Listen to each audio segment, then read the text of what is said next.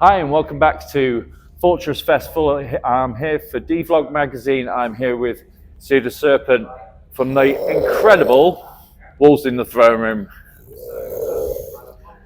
Blessings. Hello. Hell yeah, dude. Yeah, how are you? I'm good. This is like a grand old room. Yes, What it's was beautiful, it? isn't What it? was this building?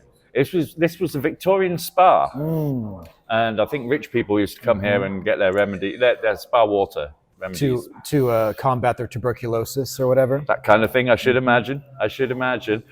First of all, can I thank you for reigniting my passion in this music back in 2009 when I first heard Black Cascade. Oh yeah.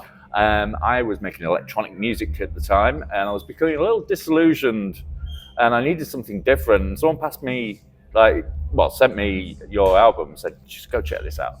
And I was like hooked. And then, because I was a fan of black metal, like when I heard Mayhem, Dark Throne, Emperor, that kind of thing. Then it kind of fizzled out, got into electronica, and then you were a wonderful bridge back into this world because the ethereal nature of your music really spoke to me. And when I heard that Black Cascade was part of a trilogy, well, there was so much to dive into there. Yeah. And such a body of work. That's cool. Yeah. It's interesting because there's a lot of electronic music in Wolves in the Throne Room too. Yes, absolutely. There's the metal band, but underneath it there's a whole electronic record that's happening with the synths and samples. That was Celestite, wasn't it? Oh yeah, totally. Yeah. Celestite was just the proper, straight up synthesizer record. Yes, yeah. So that was the end of that trilogy, wasn't it? The Celestial Lineage album, which followed. So I kind of hit it in the middle. Totally. So then I had Two Hunters to do, and then back through Celestial Lineage. It all lined up nicely because I had a good couple of years of just nothing but your music. Oh, wow. Cool. That's awesome. So there's a grand, sort of deep mythology surrounding Wolves in the Throne Room. There's stories that you live off grid and things like this. And can you confirm or deny any of this?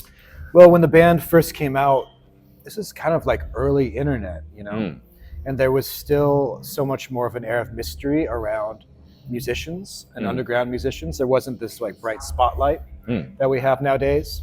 And I think that maybe some of the stories got a bit overly mythologized. Right. I definitely read that like we live in a cave. Yeah. We live in like a shack made out of moss. Yeah. Deep in the forest. And I think that the reality is that's kind of true. I mean, we definitely did write our first record in like an ancient collapsing farmhouse. Amazing. Way in the outskirts of town on the piece of land where I still live. Marvelous. But at the same time, as I've always said, we're also modern human beings. Yes, absolutely. We travel on a plane, we use a cell phone. Yeah. I record on a computer. Yeah. And sometimes I think that overly mythologizing an artist can maybe do the music a disservice because this is music made for and by human beings to help us navigate our human experience in this world and to try to find a way to make it through. There's a lot of challenges that we all encounter in our lives. That's what life is. Absolutely. It's just one challenge after the other sometimes. And also great blessings and great ecstasies. And for me, like music is like the map through that. I think one of the things that spoke to me about your music so much is, speaking as like someone who has paganistic kind of beliefs and belief in Mother Earth, belief in nature and that sort of thing, was the natural side of the music seemed to have been permeated, whether it was mythology or not, the idea that this music was made at one with nature, being close by, seemed to come through in the recordings. Yeah, of course. And I'm fascinated with this idea that your surroundings can permeate your music.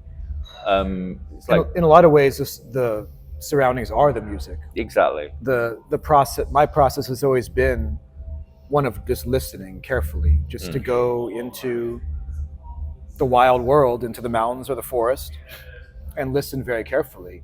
And listen to these very quiet sounds on a certain frequency that I can tune into and let that flow through as inspiration. Yeah. And I think every artist finds a way of doing that. That's the muse, Every artist connects with the muse in one way or another. And for me, it's the trees. Yeah. And it's not just the trees, it's very specific trees. It's Western red cedar, it's Right. Douglas fir, it's certain plants, it's certain trees. Like this one tree has a song to sing. Right. And it's a blessing to have the opportunity to transmit that through music. Absolutely. I suppose it's no mistake that certain guitars sound certain way because of certain woods and things like that. And it's all a very pure conduit. Yeah. You know, so like literally nature being involved in the music, isn't it? It is. Yeah, like for me, the music is very much a world. And the process of, for me, like making the records is to enter in that world and just manipulate things. Like the synth part has a shape to it, and I can move it and mold it in a certain way. And, you know, we experience that as sound, but for me, it's almost a physical thing. Absolutely. So it's a kind of synesthesia almost that you can visualize. Yeah. Yeah, because I was told by a doctor once upon a time that I have this synesthesia thing. Most weirdos do. Yeah, but it's a good thing. It's a superpower. It's a gift. Yeah. And something to be proud of, I think, in any musician. I think it just means you're in tune. Well, that's how I work. I work like, because I mix our records now. Primordial Arcana and the new EP I mixed and mastered. Yeah. And, you know, mixing is one of those parts of the process of making music where you can really get lost in the weeds. Oh, absolutely. You know, we have 100 tracks going, and it's very easy to get caught up in the mindset of, does this sound good or does this sound bad? Yes. And that's just the wrong way to approach it. There is no good or bad. There Exactly. is just is. And so I mix by color. Like Yeah. I just mix it until it turns a certain color. Yeah. And oftentimes that color is referencing something in the forest. Yeah. And I just stop and it's good. It's there. Yeah. Yeah. That really speaks to me, man. That really speaks to me. Cool.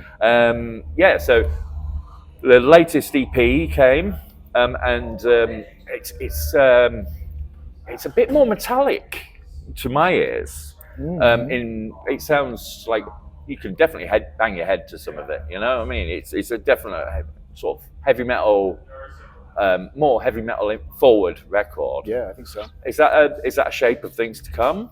Or are you just going to keep us guessing? Yeah, I mean, that's like that sound is always It's part of like, it. you know, of course we're playing 200s tonight.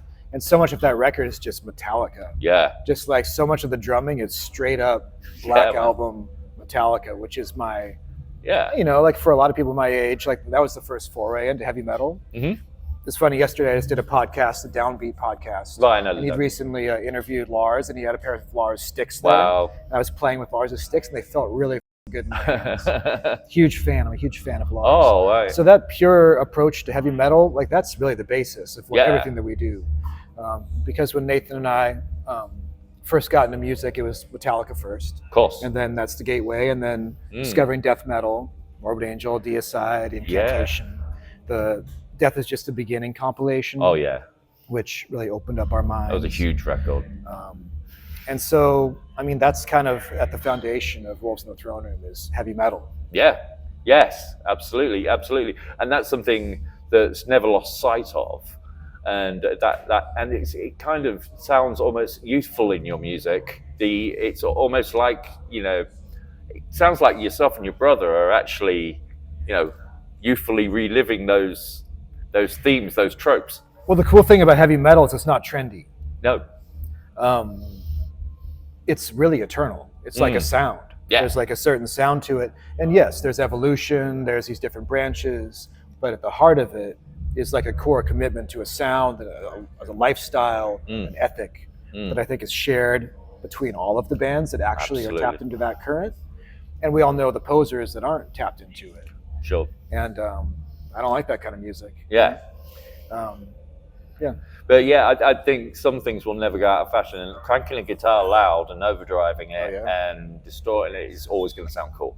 For real. That is a universal truth. It's an archetypal sound that's entered the world, and it's going to stay here. It's the one constant in my life. Nice. And maybe the 909. Oh, that's Like a there. 909 kick. That's like another thing. Oh yeah, a grungy 909. Yeah. Yep. Yeah, we ran through a Mackie for some distortion. Yeah, you talk my language That's now. how I do my 909. Absolutely, absolutely. So what's next is in this tale? Because is the EP a precursor to something else? It's more of a ending to the previous cycle. I see. So you Yeah. had the celestial lineage ending that cycle, Exactly. and this is Yeah. ending the thrice woven and Yeah.